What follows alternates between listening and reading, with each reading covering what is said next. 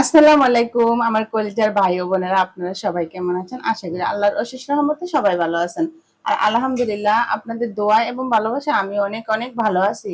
তো আমি এখানে নিছি বড় সাইজের চিংড়িগুলা, আর ওইখানে নিছি শাপলা। চিংড়ি দিয়ে শাপলা দিয়ে রান্না করবো। তো আমি কিন্তু বেশি রান্না করব না, শুধু সকালের জন্য আমি 2টা চিংড়ি মাছ দিয়ে রান্না করবো শাপলা, শুধু একবেলা খাওয়ার জন্য। এখানে আমি নিছি বড় সাইজের 2টা চিংড়ি। এগুলার আমি কুটবো, কুটটা করবো চার চার পিস করে রান্না করবো শাপলা দিয়ে। চিংড়িগুলা কাটতে আমি রেডি করছি। এখানে দিয়ে দিব লবণ, হলুদ, মরিচ, আর এখানে দিয়ে দিলাম পরিমাণ মতো তেল, 1 চিমটি লবণ, দিয়ে দিলাম হলুদ, দিয়ে দিব মরিচের গুঁড়া,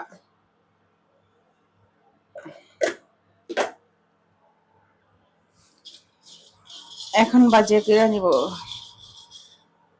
বিসমিল্লাহ।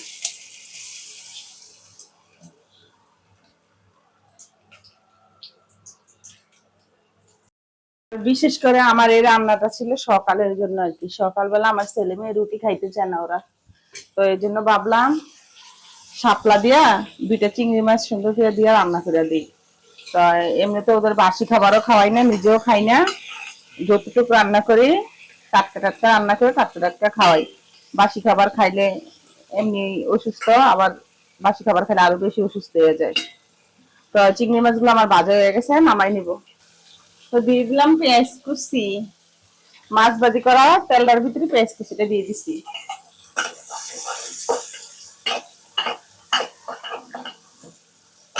আর একটু তেল দিয়ে দিব, তেল কম কম মনে হয়। বাস, শাপলা একদম অল্প, দিয়ে দিব হালকা একটু লবণ,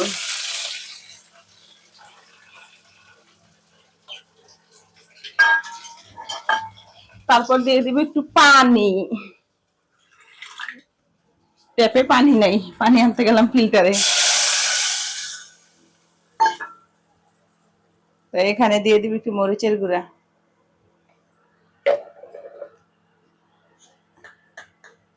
পরিমাণ মতো হলুদ, ধনিয়া,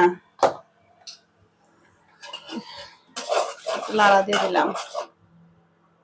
দিয়ে দিব কাঁচা মরিচ, দিয়ে দিব কাঁচা মরিচ,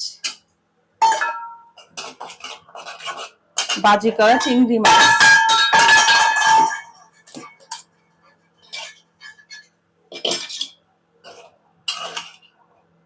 আমি কিন্তু চিংড়িটা এখানে কষাইতে পারতাম, কিন্তু না, বড় চিংড়ি একটু বাজ্যা দিলে খাইতে স্বাদ লাগে, এই জন্য আমি একটু বাজ্যা দিচ্ছি। তো এখানে দিয়ে দিব শাপলা। মাছগুলা কষানো হয়ে গেছে, আমি শাপলা গুলা দিয়ে দিলাম আর কি।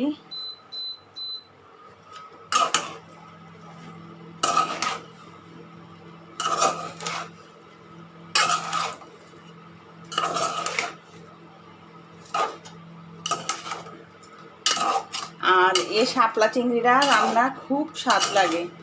আমি এই শাপলা চিংড়ি এই বছর অনেকবারই খাই নিলাম। আমার মতো একবার এইভাবে রান্না করবেন, শাপলা দিয়ে চিংড়ি দিয়ে। এখন একটু ঢাকনা দিয়ে রেখে দেবো। আর এই শাপলা তরকারিতে কোনো জল পানি কিছু দেওয়া লাগে না। এবার একটু দেখতেছি কি অবস্থা, এটা একটু নাড়া দিয়ে দিব। এই যে দেখেন, আমি শাপলা ঢাকনা দিয়ে ঢাকা দিছি, একদম উইন্না গেছে। আর আমরা 3জন মানুষ, এক বেলার জন্য আমাদের এতটুকু তরকারি যথেষ্ট।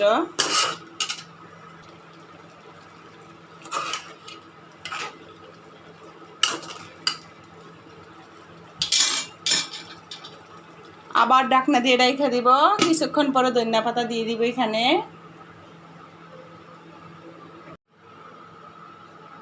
এখানে নিচে আমি 2টা ধনিয়া পাতার গাছ, তা এগুলো আমি কাইটা নিয়ে, তরকারি আমার রান্না অনেকটা হয়ে গেছে, আমি তরকারিতে দিয়ে দিব আর কি।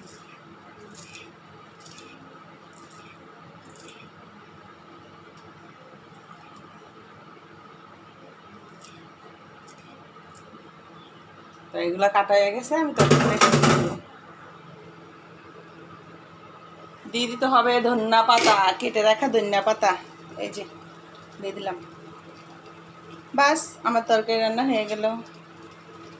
আর এভাবে কিন্তু আপনারা অবশ্যই রান্না করে খেয়ে দেখবেন স্বাদটা কীরকম লাগে। যদি আমার কথা বিশ্বাস করেন, একবার বাসায় ট্রাই করে দেখবেন এভাবে শাপলা দিয়ে বড় চিংড়ি দিয়ে রান্না করে। আমার রান্না করা শেষ। যদি আমার ভিডিওটা ভালো লাগে লাইক দিতে ভুলবেন না, আর চ্যানেলটা সাবস্ক্রাইব করে পাশে থাকবেন নতুন নতুন রান্নাবান্না দেখার জন্য। সবাই ভালো থাকবেন, সুস্থ থাকবেন। আল্লাহ হাফেজ।